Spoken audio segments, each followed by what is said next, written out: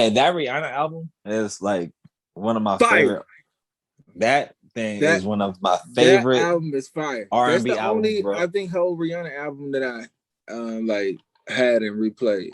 Bro, I can literally listen to it all day long. The production on there is ridiculous. Yeah, Ridiculous. Fire. I'm talking about ridiculous, bro. I used to put my daughter to sleep to that album because are you serious? That's around the time that she was born. I used to listen to it a lot.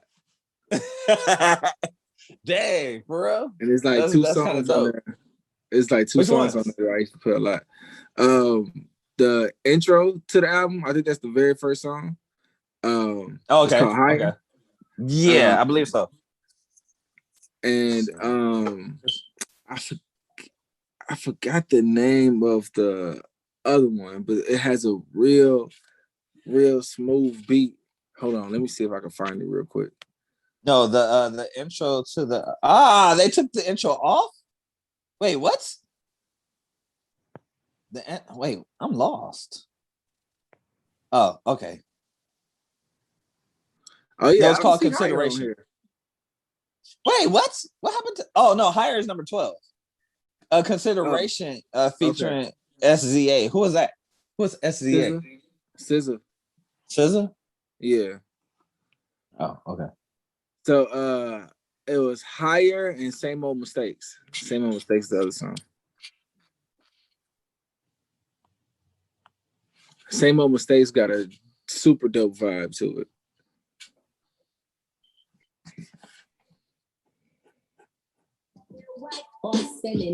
Oh yeah. And then you said it was Higher and what else? Same Old Mistakes. Oh, I love that track. Yeah. Wait, what played when you played Higher? Oh yeah, no, this is Higher right here. Yeah. Oh, my wife does not like that song, and I love it. It has literally an old school R&B feel to it. And this is dope. She said because she was singing horribly, and I said, "Look, man, she was drunk and sad. Like it makes sense. It just sounds like she really just walked up in the studio drunk and was like, I gotta say this right now. Right. And she just had to let her heart out. I understand that it may not have been like the best singing, you know what I'm saying, that you're gonna listen to. But the production on that mess, it's nice. That mess is crazy, bro. Like that production is great singing, but shoot, it's like when you think about some of them old school songs, let's just let your heart out.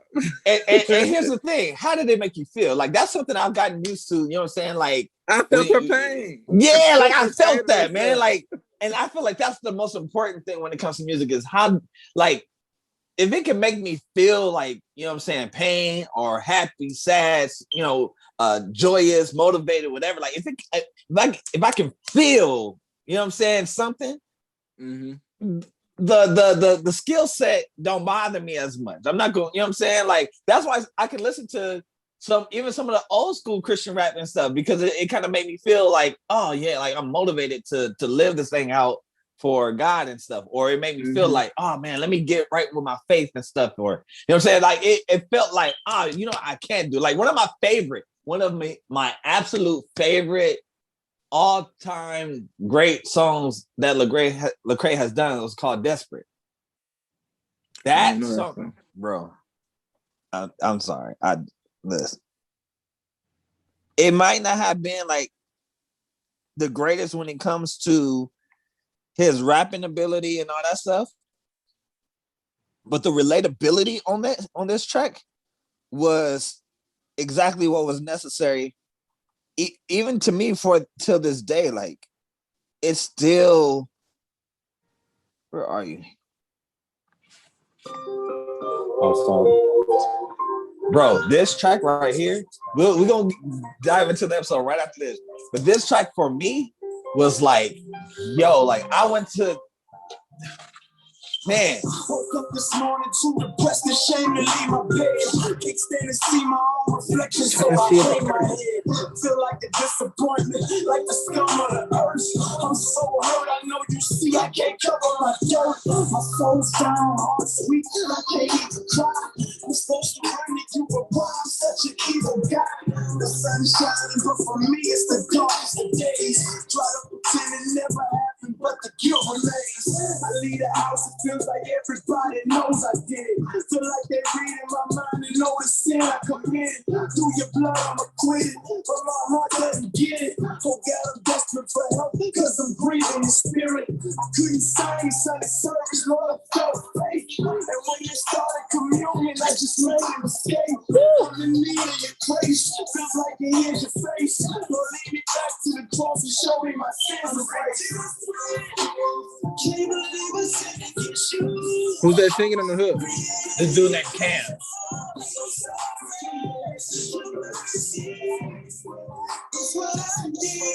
I'm so desperate. I can't believe I sinned against you. Created me a clean heart. I'm so sorry. It's what I need. I'm waist deep in my pity. Satan trying to trick me and tell me you won't forgive me cause it's starting to get me.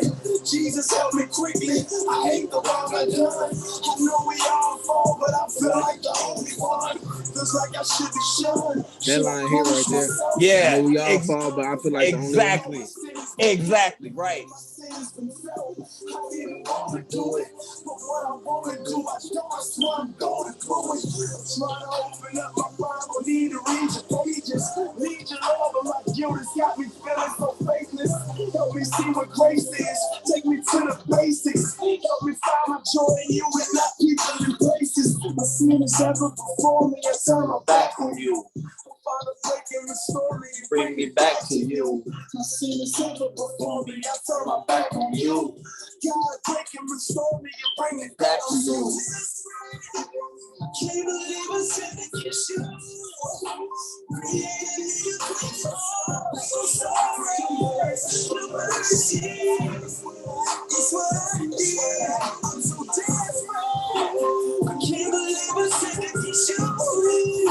Created me a clean heart. I'm so sorry. It's what I need. It's what I need. Have mercy on me, God, according to your steady love. Wipe away my transgressions and wash me in your blood. Create me a clean heart, renew a right spirit. Don't hide your face from me, God. Your presence keep me near it. I'm waiting patient on you, Lord. I know you hear my cry.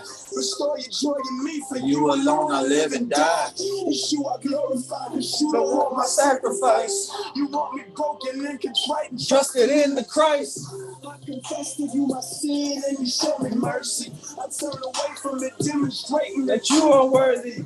Over lust, over pride, over all sin. It's my affection for Jesus who died for all men. I was lost, now I'm found. I was close to the ground. My sin weighed on me heavy, but I'm no longer bound. The shortest place where the crown. I know that grace will abound. And even when I feel lost, I know that you are so found. Can't believe I sinned against you. Creating me a clean heart. I'm sorry. Your mercy is what I need. I'm so desperate. I can't believe I sinned against you. Creating me a clean heart. I'm so sorry. It's what I need. It's what I need.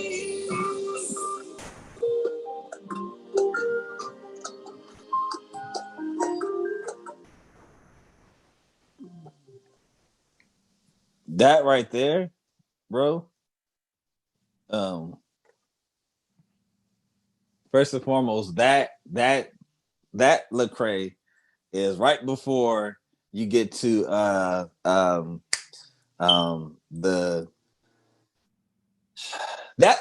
the Lecrae that a lot of Christians be wanting now. Yeah, like that's the Lecrae that people be talking about. Is we want that rebel Lecrae, like the Lecrae that was like more explicit in Christian terminologies and that kind of stuff, like that Lecrae. Which for me, I'm like, y'all should have we should have seen we should have seen the transformation coming at here, because here Rebel was completely different from After the Music Stops and Real Talk. Real Talk and After the Music Stop was, I feel like, where it was like, okay, he's in that religious minded mode, and kind of like, hey, we over here. I don't know about y'all, but you know what I'm saying, like, this is where it's at over here. Which I think the heart obviously was well intended, but you know what I'm saying, the actual reflection of it came out different, you know what I'm saying, than how it was intended to be. But then with Rebel, it was like, all right, we got to make a change. And I think that's when he really started getting revelation of who he is to a degree, and revelation of how to kind of really approach his music. And then after that, you get to not Gravity. After Rebel, it's because Gravity comes after what you call it? It's Rehab. the first album that I heard from Rehab. No, yeah, Rehab. Rehab, and then there's Rehab Overdose. Rehab was when it was like, oh, wait a minute. Now Rebel, we already had to let that grow on us, because it was like for avid Lecrae fans, we was like, wait a minute, this is not okay. This is interesting. Yeah, but then when you get that, a lot of Lecrae fans thought that he had crossed over on Rehab. Oh yeah, Rehab was where it was like, whoa, hold on, I don't know, because even me, I was like, and my uncle, you know what I'm saying, I'm the one that got him into, you know what I'm saying, I'm the one that got him into Lecrae and stuff, and he became a Lecrae fan by listening to it too, and I was like, man, me and him both was like, I don't know, I mean, I don't know, but then like we gave it time, and it was like, oh, okay, I see where you coming from, cool, all right, let's rock. Then Rehab Overdose came, and because Rehab Overdose was pretty much like Rehab, but just like an overdose of Rehab. So then it was like, and his first track, bro, it was killing. Like, it was like, this is, whoa, what's like, okay, cool. And then you get to Gravity, and that's when it was like, oh, wait a minute. Church Clothes before that. Oh, well, yeah, Church Clothes. Church Clothes had me prepared for Gravity. So Church Clothes was like, oh, he not playing around no more. Like, oh, yeah. Like I ain't gonna lie. When I first heard him, I was like, oh, he cool. I liked Praying for You, right? And that the one that you were talking about? Yeah, well, the very first song I heard was the one where he was sitting inside of the church rapping fast.